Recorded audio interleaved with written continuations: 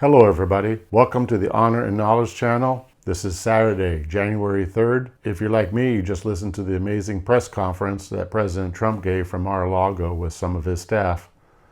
Amazing stuff that's happened. Let's move on to the purpose of this video. I have one message to anybody who is developing a New Year's resolution regarding weight loss. You need to listen to this before you spend any money on any food delivery services or medicine or anything else like that. Then I have two major concerns for the 2026 elections. And then there's three items that are still outstanding in the near future with regards to the 2026 elections. So first of all, on weight loss, I do a Hungry Strike for America. I started it about 6 months ago. I've lost 22 pounds. I do about a pound a week. I do that on purpose because it's the best thing for the body. And you know what?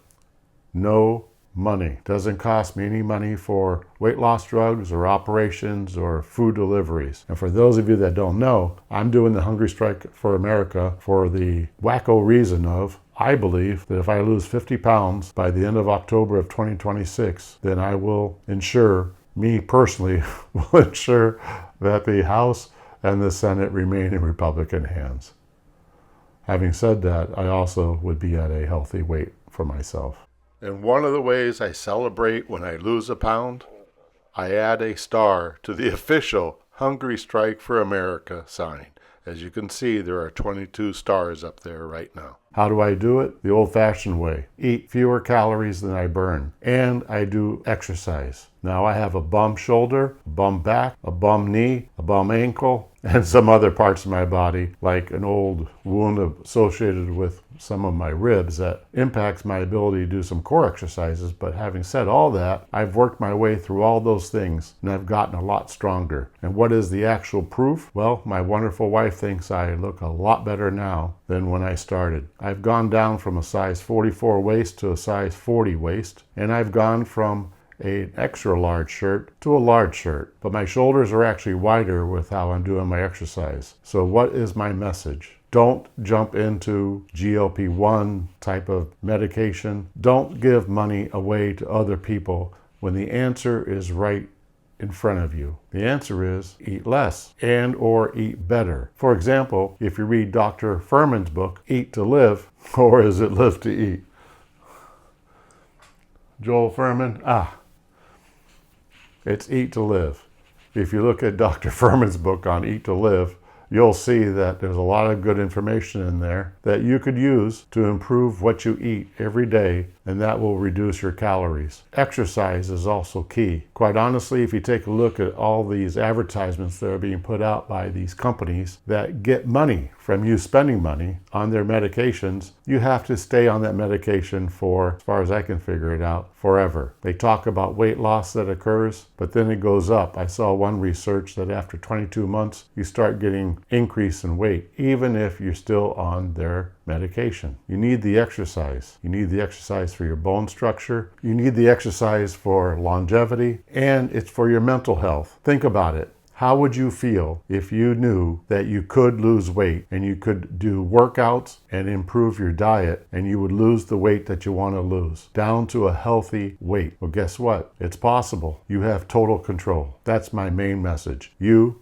have control. You're not giving it up to some research scientist, some pharmacist, some therapist. Now, I'm not telling you not to go do anything. I myself have multiple doctors and a regular internal medicine doctor I go see every 6 months. Yep, I have my own issues. But, oh, by the way, I also reduced my blood pressure medication by half over the last 6 months. And my cholesterol is in great shape. A lot of good benefits of losing weight and exercising. And you get to improve your confidence as well as your overall well-being. You don't have to worry about any of those side effects. And there's a long list of side effects. In fact, they're so long, I don't even want to talk about them. I'm not going to list them. You look at any of those advertisements, you'll see that. So that was my message. Consider doing it on your own. Yes, it's not easy, but you know what? You're the one that got to where you're at. So that means you have control. Because if you're the reason why you are overweight, like I'm the reason why I'm overweight, then I'm the reason why I can get to a healthy weight. One of my favorite sayings is this one. What would you attempt to do if you knew you could not fail? Imagine what you would try if you knew you would not fail. I didn't come up with that one. I found that on a little piece of metal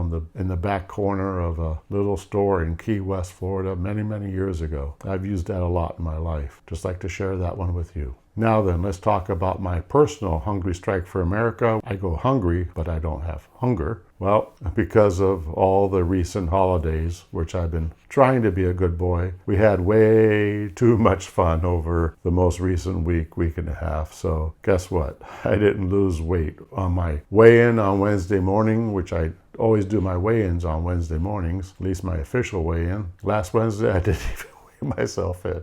I knew it was a lost cause. And this morning, I did weigh myself. I lost a pound since yesterday. But, oh, by the way, I was pretty high up there in weight yesterday morning. Anyway, moving on to the 2026 elections. Well, it's 2026. Now I don't have to say next year anymore. It's this year. So I have two big concerns about the 2026 elections. Number one, Republican complacency. You know what? Things keep getting better and better and better for the conservatives and the Republicans and America overall. United States citizens, things are becoming so much better constantly. Seems to me that no matter where you look, things are improving. Look at the reduction in fentanyl coming into our country. A lot of times people don't recognize the bad things that aren't happening. You only recognize the bad things. So under Biden, we saw lots and lots of bad things. Under Trump, we don't see those bad things. Now, because of the bad things under Biden, Republicans had a major reason to go out and vote. So what's that major reason in November of this year? Or early voting? Not going to be there as much, is it? So that is my first major concern about the 2026 elections. Complacency on the part of conservatives. Complacency on the part of people who are happy with how things are going and don't go out of their way to go vote. Number two, the Democrats will have some complacency too, because Americans overall like winners and their party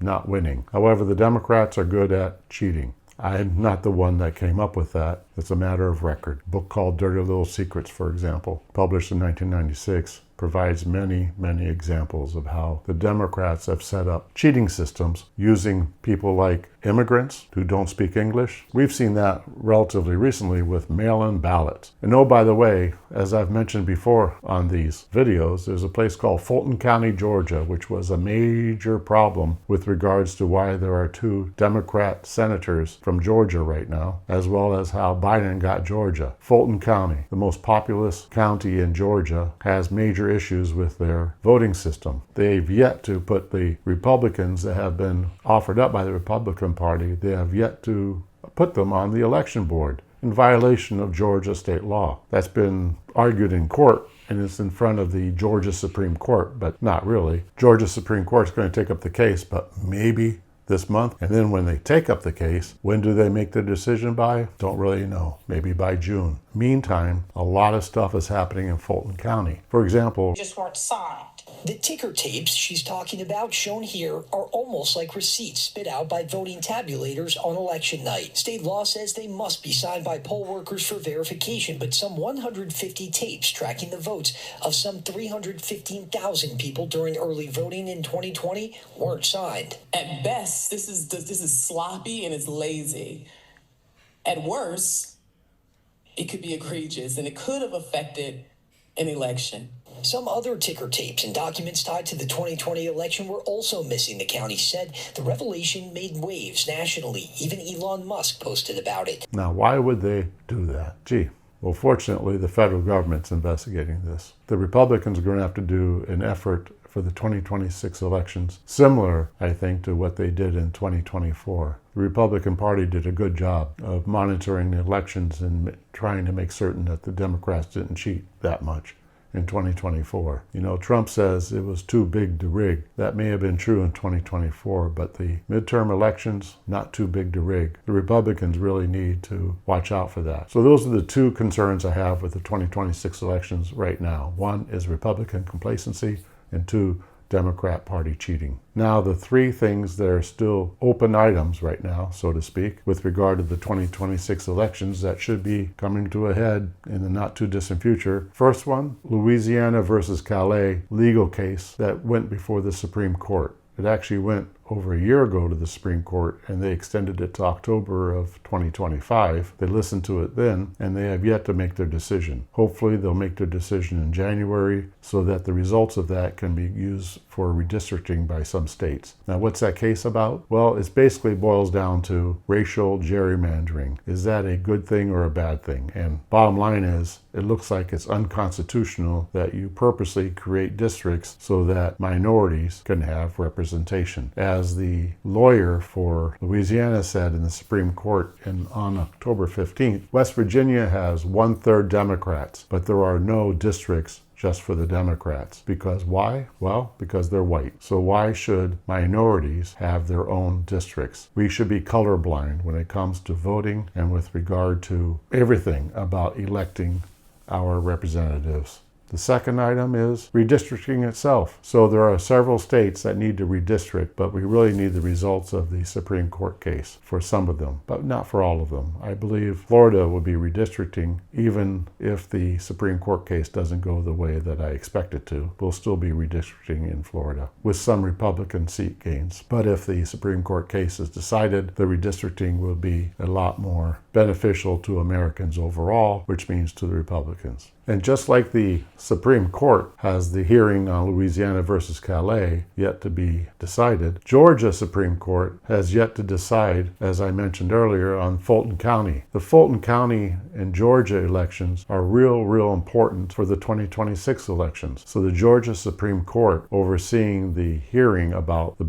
bad moves on the part of the Democrats in Fulton County against the Republicans, the unfair moves, it's very important for the whole country. The Republicans need to be involved as the Georgia law requires. They need to be involved to ensure that there is improved security and improved oversight of all elections in Fulton County. There's a long litany of things that Fulton County has done wrong. Remember the relatively famous plumbing leak? Well, that disturbed their counting. It went a lot longer, and sure enough, in the middle of the night, I think there was a 2-hour period where there were no Republican monitors because Fulton County Democrats said, the people in charge of the election system at the time said they weren't going to be doing any counting, so the Republicans didn't monitor, and sure enough, they did do counting. Never know what really happened there. And you have all kinds of other things. But fortunately, the Department of Justice is investigating it. So don't start your weight loss program by giving money to other people until you consider following the Hungry Strike for America process. And I'll be doing a lot more videos on that in the near future. I'm thinking about dividing up my weekly update into two. One focusing on the 2026 elections itself, and one focusing on the Hungry Strike for America. In the near future, I'll be providing a lot more details on how to do weight loss. So come on back, subscribe, watch my videos. For those interested in the 2026 elections, the two things that I'm most concerned about are complacency on the Republican side and cheating on the Democrat side. So I'll be providing more information on both of those, how we can handle that. And number 3 is the 3 things that are really in the near future: redistricting, the Supreme Court case, and the Georgia Supreme Court case about Fulton County. So God bless the military. God bless President Trump and his administration. And as always, God bless you, and God bless the United States of America. Thank you for watching this. See you next week.